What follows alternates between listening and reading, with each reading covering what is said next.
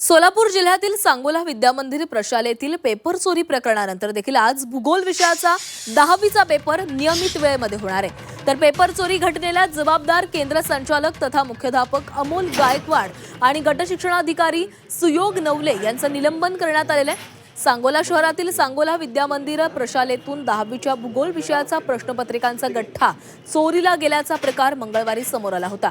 Strong रूमचं कुलूप तोडून paper चोरी झालं होतं। यामुळे 10वीचा भूगोल विषयाचा पेपर होणार का याबाबत संभ्रम निर्माण झाला होता।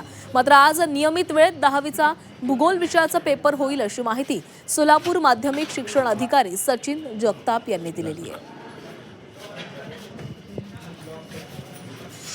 कर्तव्यात कसूर केल्याच्या बाबतीत आम्ही केंद्र संचालक तथा मुख्याध्यापक श्री अमोल गायकवाड आणि त्या